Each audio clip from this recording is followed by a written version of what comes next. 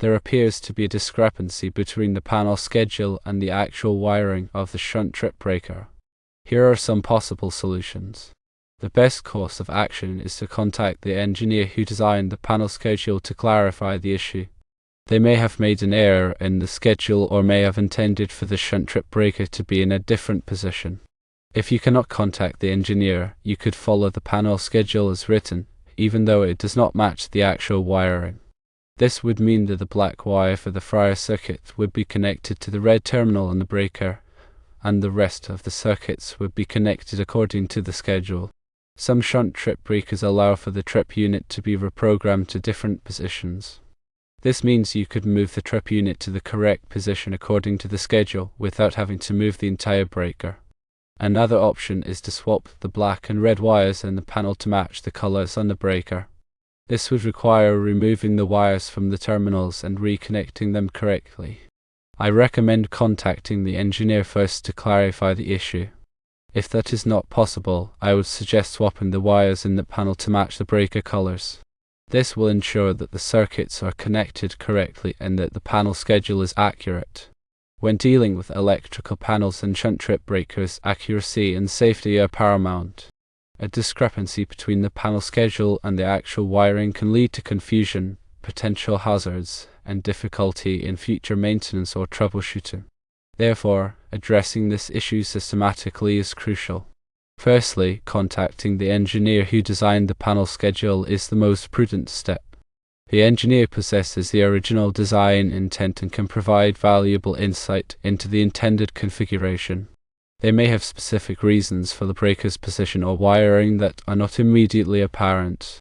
It's possible that an error occurred during the initial panel construction or in a subsequent modification, and the engineer's input can help identify the root cause.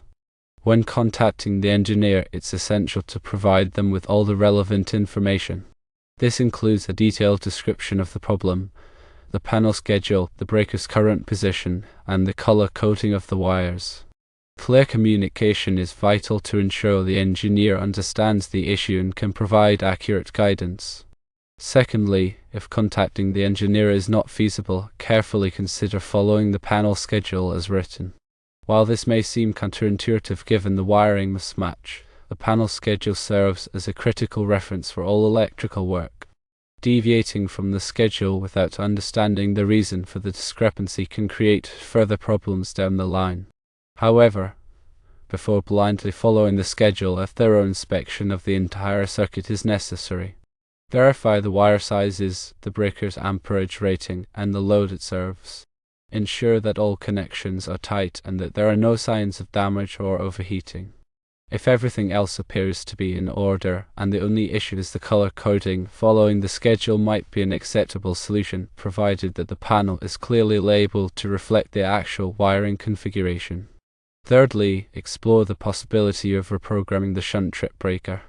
Some advanced shunt trip breakers have programmable trip units that allow you to assign different functions to different positions. If your breaker has this feature, you may be able to reprogram the trip unit to match the panel schedule without physically moving the breaker or altering the wiring.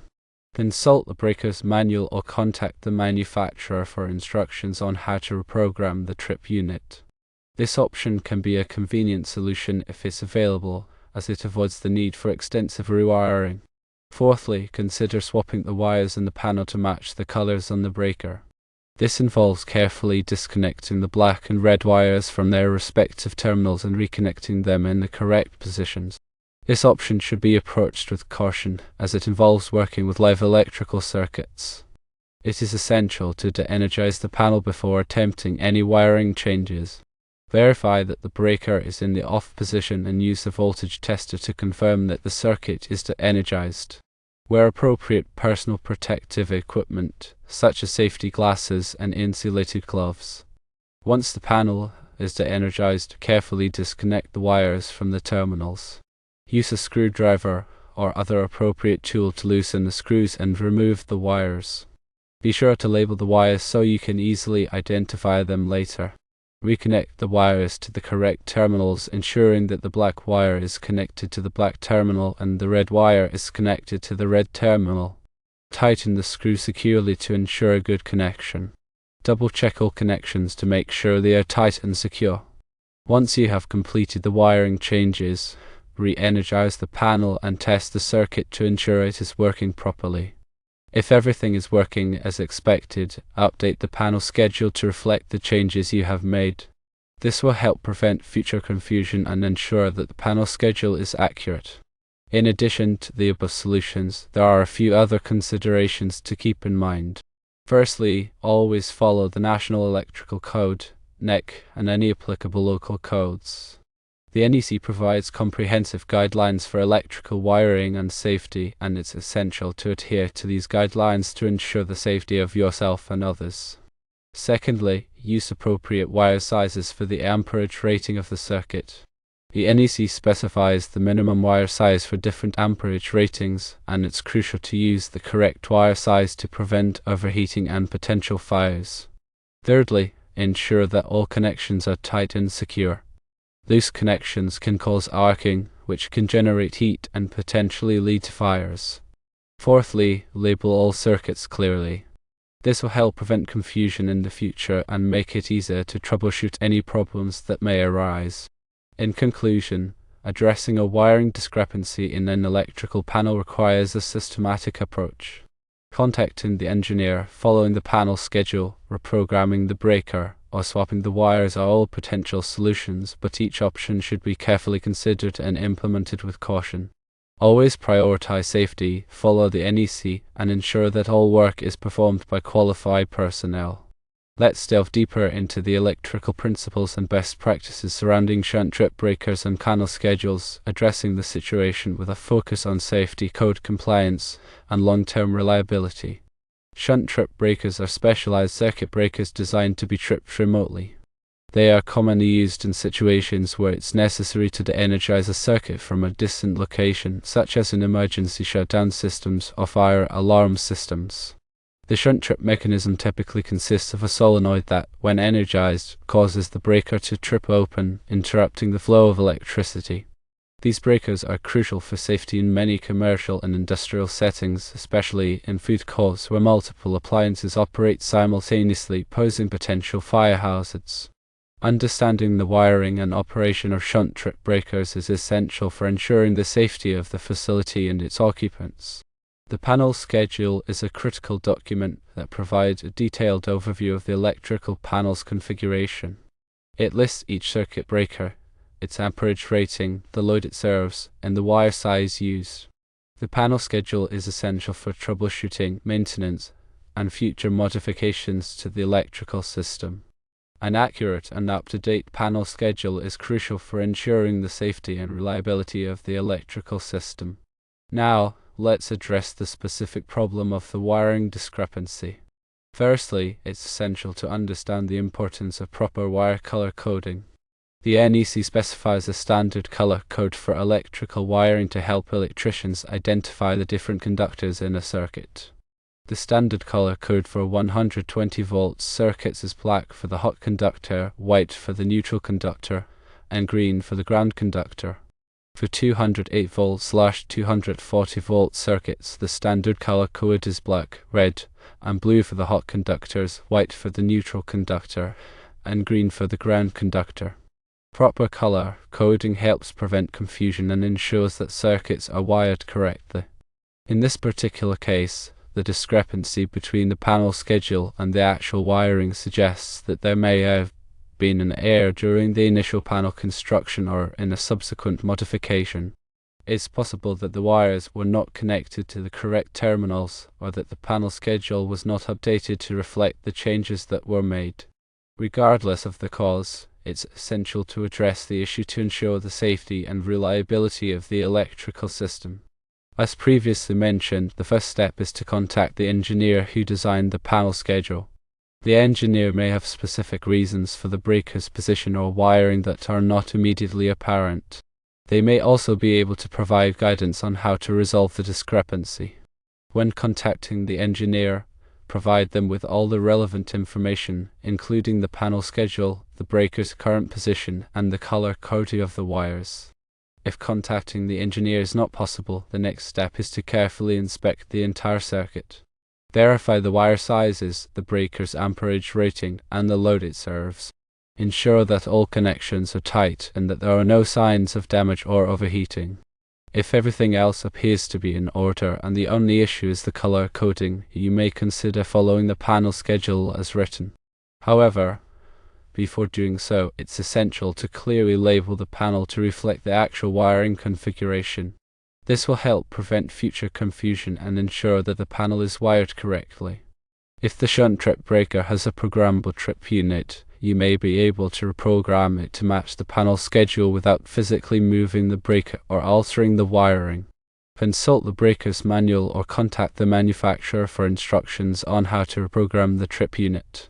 If none of the above solutions are feasible, you may consider swapping the wires in the panel to match the colors in the breaker. However, this should be done with caution, as it involves working with live electrical circuits. It is essential to de-energize the panel before attempting any wiring changes. Verify that the breaker is in the off position and use a voltage tester to confirm that the circuit is de-energized. Wear appropriate personal protective equipment, such as safety glasses and insulated gloves. Once the panel is de-energized, carefully disconnect the wires from the terminals. Use a screwdriver or other appropriate tool to loosen the screws and remove the wires. Be sure to label the wires so you can easily identify them later. Reconnect the wires to the correct terminals, ensuring that the black wire is connected to the black terminal and the red wire is connected to the red terminal.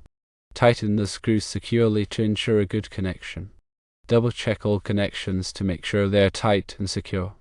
Once you have completed the wiring changes, re-energize the panel and test the circuit to ensure it is working properly. If everything is working as expected, update the panel schedule to reflect the changes you have made. In addition to the above solutions, it's essential to consider the following best practices for electrical wiring and safety. Firstly, always follow the NEC and any applicable local codes. The NEC provides comprehensive guidelines for electrical wiring and safety, and it's essential to adhere to these guidelines to ensure the safety of yourself and others. Secondly, use appropriate wire sizes for the amperage rating of the circuit. The NEC specifies the minimum wire size for different amperage ratings, and it's crucial to use the correct wire size to prevent overheating and potential fires. Thirdly, ensure that all connections are tight and secure. Loose connections can cause arcing, which can generate heat and potentially lead to fires. Fourthly, label all circuits clearly. This will help prevent confusion in the future and make it easier to troubleshoot any problems that may arise. Fifthly, use appropriate grounding techniques. Grounding is essential for protecting against electrical shock and preventing damage to equipment. Sixthly, use appropriate overcurrent protection devices. Overcurrent protection devices, such as circuit breakers and fuses, protect against overloads and short circuits. Seventhly, inspect electrical panels regularly. Regular inspections can help identify potential problems before they become serious. Eighthly, perform electrical work only if you are qualified. Electrical work can be dangerous, and it's essential to have the proper training and experience before attempting any electrical work. In conclusion, addressing a wiring discrepancy in an electrical panel requires a systematic approach. Contacting the engineer, following the panel schedule, reprogramming the breaker, or swapping the wires are all potential solutions, but each option should be carefully considered and implemented with caution. Always prioritize safety, follow the NEC, and ensure that all work is performed by qualified personnel. Furthermore, meticulous documentation is key. After resolving the immediate wiring issue, invest time in creating or updating a comprehensive panel schedule. This schedule should accurately reflect the current state of the electrical system, including the location and function of each breaker, wire sizes, and any relevant notes about the system's configuration. A well-maintained panel schedule is an invaluable resource for future troubleshooting, maintenance, and any potential modifications. For additional clarity on wire sizing, NEC Table 310.15b16 provides ampacities for insulated conductors rated up to 2000 volts, 60 degrees Celsius through 90 degrees Celsius, in various conditions. For example, a 12 American wire gauge og copper conductor rated for 75 degrees Celsius is typically good for 20 amps in most common applications. However, rating factors must be considered based on ambient temperature and the number of current carrying conductors in a raceway. Another important aspect to consider is the proper torquing of connections. Loose connections are a major cause of electrical problems, leading to overheating, arcing, and potential fires. Use a calibrated torque wrench to tighten all connections to the manufacturer's specifications. This ensures a secure and reliable connection that will minimize the risk of future issues. Moreover, ground fault circuit interrupters, GFCIs, and arc fault circuit interrupters, FCIs, are critical safety devices that should be used in appropriate locations. GFCIs protect against electrical shock by detecting ground faults, while FCIs protect against fires caused by arcing faults. Food courts, with their numerous electrical appliances and potential for water exposure, are prime candidates for GFCI protection. Make sure to consult the NEC and local codes to determine the specific requirements for GFCI and FCI protection in your area. Regarding shunt trip breakers specifically, ensure that the control wiring for the shunt trip mechanism is properly installed and tested. The control wiring should be sized appropriately for the voltage and current requirements of the shunt trip solenoid. The wiring should also be protected from physical damage and environmental factors. Regularly test the shunt trip mechanism to ensure that it is functioning correctly. This can be done by manually activating the shunt trip and verifying that the breaker trips open. Remember, electrical work should only be performed by qualified and licensed electricians. Working with electricity can be dangerous, and it's essential to have the proper training and experience to do the work safely. If you are not a qualified electrician, do not attempt to perform any electrical work yourself. Contact a licensed electrician to handle the job. Considering voltage drop is important for circuit performance. Voltage drop occurs when the voltage at the load is less than the voltage at the source due to the impedance of the conductors. Excessive voltage drop can cause appliances to malfunction and can even damage equipment. The NEC recommends limiting voltage drop to no more than 3% for branch circuits and 5% for feeders. To minimize voltage drop, use larger wire sizes and keep circuit lengths as short as possible. When working with electrical panels, always be aware of the potential for arc flash. Arc flash is a dangerous electrical explosion that can occur when a short circuit or other fault occurs in an electrical panel. Arc flash can cause severe burns, blindness, and even death. To protect yourself from arc flash, wear appropriate personal protective equipment such as arc-rated clothing, safety glasses, and gloves. To energize the panel before working on it whenever possible. Finally, remember that electrical safety is everyone's responsibility. By following these best practices and taking the necessary precautions, you can help ensure the safety of yourself and others.